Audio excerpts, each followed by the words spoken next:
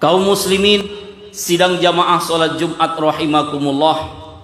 Adapun judul khutbah pada kesempatan yang berbahagia ini, 3 ciri amalan baru bernilai pahala di sisi Allah Subhanahu wa taala. 3 amalan ketika kita beramal di dunia ini, kita tahu amalan itu bernilai pahala atau tidak di sisi Allah Subhanahu wa taala. Kaum muslimin, sidang jamaah salat Jumat rahimakumullah. Sebagaimana kita maklumi, manusia diciptakan oleh Allah di dunia ini tidak lain adalah untuk mengabdi kepada Allah Subhanahu wa taala. Manusia diciptakan oleh Allah di dunia ini tidak lain adalah untuk beribadah kepada Allah Subhanahu wa taala. Siapapun kita, mau kita hari ini seorang pejabat ataupun rakyat, apakah kita hari ini orang kaya ataupun orang miskin, Allah menciptakan kita di dunia ini adalah sebagai pengabdi, sebagai manusia yang diciptakan adalah untuk beribadah kepada Allah Subhanahu wa taala.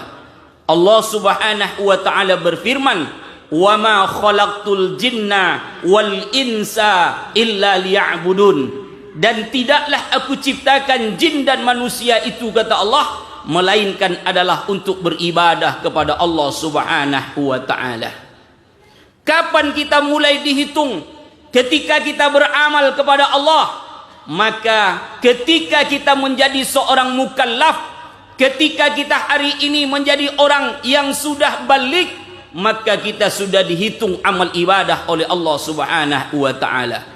Dalam ilmu fikih, bagi laki-laki yang sudah pernah mimpi basah, maka ketika dia beramal soleh, mengerjakan amal ibadah yang diperintahkan oleh Allah, maka dia sudah bernilai pahala di sisi Allah Subhanahu wa taala. Sebaliknya, ketika dia tak mengerjakan perintah Allah, maka tentu dosa balasan di hadapan Allah Subhanahu wa taala. Bagi seorang perempuan, ketika dia sudah haid, maka di saat itu dia diwajibkan oleh Allah untuk beramal ibadah. Tapi ketika dia tak kerjakan amal ibadah itu, maka sungguh perbuatan dosa yang akan diberikan oleh Allah Subhanahu wa taala. Maka kita hari ini ketika sudah balik, ketika kita sudah menjadi seorang mukallaf, jangan pernah kita tidak beribadah kepada Allah Subhanahu wa taala. Karena semua kita manusia ini diciptakan oleh Allah adalah sebagai manusia yang harus mengabdi beribadah kepada Allah Subhanahu wa taala. Kaum muslimin, sidang jamaah salat Jumat rahimakumullah.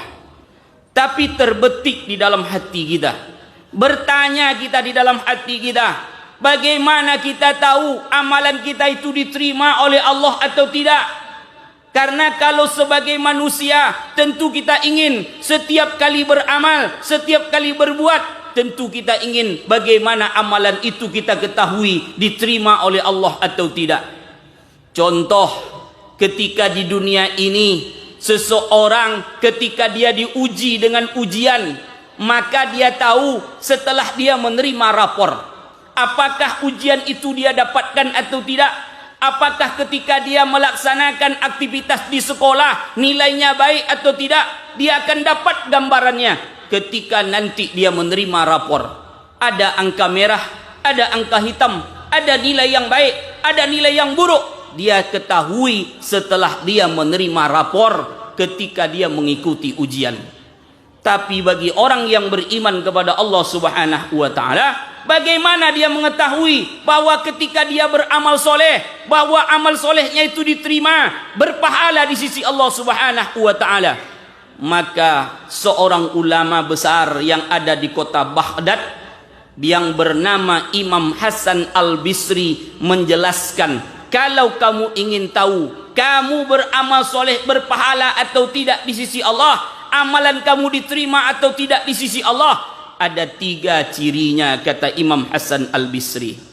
Siapa dia Imam Hasan Al-Bisri? Kalau kita buka sejarah biografi tentang Imam Hasan Al-Bisri, beliau lahir pada tahun ke-21 Hijriah di kota Madinah. Beliau pernah bertemu dengan Umar bin Khattab dan pernah belajar tentang agama kepada Umar bin Khattab. Beliau pernah bertemu dengan Utsman bin Affan, sahabat Nabi yang dijamin oleh Rasulullah masuk ke dalam surga Allah Subhanahu wa taala, dan beliau pernah belajar dengan Utsman bin Affan. Beliau juga pernah bertemu dengan sahabat Nabi Ibnu Abbas radhiyallahu an, dan pernah juga belajar ilmu agama bersama dengan Ibnu Abbas radhiyallahu an. Maka sepakat ulama, siapa yang pernah bertemu dengan sahabat Nabi, pernah belajar ilmu agama dengan sahabat Nabi, maka dia digelar sebagai ulama tabi'in. Orang yang pernah belajar dengan sahabat Nabi, maka dia digelar sebagai ulama tabi'in. Maka Imam Hasan Al-Bisri pernah lahir dan belajar dengan sahabat, maka dia digelar sebagai ulama tabi'in. Usia 15 tahun, Imam Hasan Al-Bisri lalu hijrah ke kota Baghdad, Irak. Selama hidupnya beliau mengabdi, beliau mengajar ilmu agama di Baghdad, dan beliau terkenal sebagai ulama besar di kota Baghdad. Makanya beliau disebut sebagai Al-Bashar. Beliau adalah orang yang hidup di saat masanya Bani Umayyah. Kaum muslimin rahimakumullah yang berbahagia. Kata Imam Hasan Al-Bisri, yang pertama, kalau ingin tahu pahala daripada amalmu itu diterima oleh Allah, yang pertama, amalan itu berbekas dalam dirimu. Kita kerjakan solat. Apa makna solat? Maka Allah jelaskan, solat itu adalah tanha anil fahsya'i wal munkar. Solat itu mencegah engkau dari perbuatan keji dan mungkar. Maka orang yang mengerjakan ibadah solat, berbekas solat itu dalam dirinya. Kalau dia ingin melakukan kesalahan, maka dia filter dengan ibadah solat itu, maka tidak akan pernah dia kerjakan sesuatu yang dilarang oleh Allah Subhanahu wa ta'ala. Ketika dia akan melakukan korupsi, ketika dia akan melakukan pencurian, ketika dia akan merampok, ketika dia akan menghina orang, ketika dia akan mencemooh orang, ketika dia akan menyepelekan orang, solatnya menjadi filter baginya. Berbekas solat itu dalam dirinya. Bukan hanya sekedar gerakan dalam solat yang dia lakukan. Ketika dia solat, dia niat, sengaja aku solat subuh 2 rakaat. Karena Allah Subhanahu wa ta'ala, selesai solat tak berbekas nilai amalan ibadah solatnya, maka pahalanya belum dapat diterima oleh Allah Subhanahu wa ta'ala. Maka ibadah solat mencegah diri seseorang dari perbuatan keji dan mungkar. Maka orang yang hari ini ketika dia kerjakan solat, agar tahu amalan solatnya diterima atau tidak, berbekas nilai ibadah solat itu di hadapannya. Ibaratkan hari ini ada orang yang jatuh, lalu luka tangannya, ada bekas luka itu di tangannya, maka dia akan berusaha besok tidak akan jatuh lagi. Kenapa? Dia sadar ketika jatuh itu sakit ternyata dan berbekas di dalam tubuhnya. Maka orang yang melaksanakan ibadah kepada Allah, dia ingin ibadah itu selalu diterima oleh Allah dan berbekas di dalam dirinya. Ketika dia berzikir hari ini kepada Allah, apa makna zikir? Makna zikir ada 2. Yang pertama, kata Imam Al-Ghazali, adalah untuk mengingat Allah Subhanahu wa ta'ala. Maka berbekas makna zikir itu pada dirinya. Setiap hari lisannya kalau ingin memfitnah orang, ingin mencemooh orang, ingin berkata buruk kepada orang, dia ingat kepada Allah Subhanahu wa ta'ala dengan zikirnya tersebut. Yang kedua, kata Imam Al-Ghazali, makna zikir adalah untuk dekat dengan Allah Subhanahu wa ta'ala. Maka zikirnya untuk selalu dekat kepada Allah Subhanahu wa ta'ala. Subhanallah, maha suci engkau ya Allah, karena tidak ada yang suci di dunia ini ya Allah, hanya engkaulah yang memiliki kesucian itu. Maka dia senantiasa mensucikan hatinya dengan selalu dekat kepada Allah Subhanahu wa ta'ala. Alhamdulillah, segala puja dan puji hanya milik Allah. Maka yang pantas dipuja dan dipuji itu hanyalah Allah.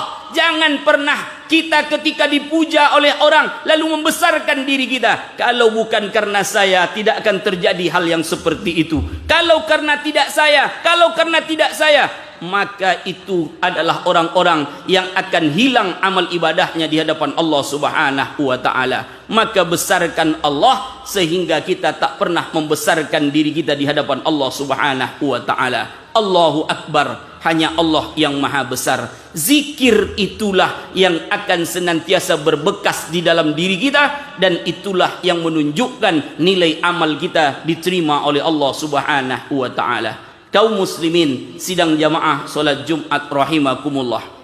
Yang kedua, kata Imam Hasan Al-Bisri, siapa orang yang hari ini pahala daripada amalnya diterima oleh Allah, maka yang kedua meningkat amal ibadahnya ketika dia selesai mengerjakan amalan ibadah yang pertama.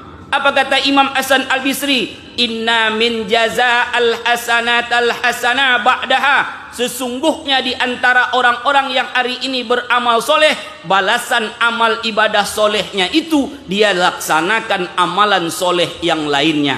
Maknanya apa? Solat kita kerjakan, maka ada peningkatan amalan ibadah solat kita. Puasa Ramadan sudah kita laksanakan, maka kita tingkatkan amalan puasa yang lainnya. Bukankah selesai kita mengerjakan amalan ibadah puasa Ramadan 1 bulan, ada amalan yang disunnahkan oleh Rasulullah 6 hari di bulan Syawal. Sumu yaumal sitta yauma Syawal kana kasyamu dahri. Orang yang mengerjakan puasa Ramadan, selesainya dia kerjakan 6 hari di bulan Syawal puasanya, maka kata Nabi, kana kasyamu dahri. Puasa itu sama dengan ibaratnya dia berpuasa 1 tahun lamanya. Inilah balasan orang yang ketika dia beramal soleh lalu dia lanjutkan meningkatkan amalan ibadah soleh itu, maka kata Imam Hasan Al-Bisri, maka dia akan selalu menjadi orang-orang yang mendapatkan pahala di sisi Allah Subhanahu wa taala. Yang ketiga, yang terakhir kata Imam Hasan Al-Bisri, siapa orang yang hari ini ketika dia beramal soleh merasa dapat dia rasakan bahwa amalan itu adalah diterima oleh Allah Subhanahu wa taala. Yang ketiga, tidak menunjukkan amalan itu kepada orang lain. Tidak dia nampakkan amalan itu kepada orang lain. Sukses kemarin, dia rajin mengerjakan amal soleh ketika Ramadan, rajin datang ke masjid. Selesai dia melaksanakan ibadah Ramadan, tetap berbekas. Dia datang lagi ke masjid, dia tingkatkan lagi amalan-amalan yang lainnya. Tapi ketika dilihat oleh orang, lalu orang itu memujinya, hebat saudara. Ketika keluar dari Ramadan, bertambah amalan saudara. Maka dia hanya berkata, ini karena Allah Subhanahu wa ta'ala, bukan menyombongkan amalan itu. Apalagi sampai pula kita berkata yang lebih dahsyat daripada itu, di mana kesombongan itulah yang akan merusak daripada amal ibadah kita di hadapan Allah Subhanahu wa ta'ala. Wa ma umiru illa liya'budullah mukhlishina lahuddina hunafa. Allah menyuruh kita beribadah, beramal soleh, tidak lain adalah mukhlis, ikhlas kepada Allah Subhanahu wa ta'ala. Mudah-mudahan dari 3 yang disebutkan oleh Imam Hasan Al-Bisri tentang bagaimana kita mengetahui apakah kita beramal berpahala atau tidak, mudah-mudahan dapat kita amalkan dalam hidup dan kehidupan kita. Berbekaslah hendaklah amal ibadah yang kita kerjakan, meningkat amal yang kita kerjakan. Dan yang ketiga, bertawaduk kita terhadap amal kita yang sudah kita kerjakan kepada Allah Subhanahu wa ta'ala. Fa'tabiru ya ulil absar la'allakum tuflihun. Allahumma salli wa sallim wa zid wa an'am wa tafaddal wa barik.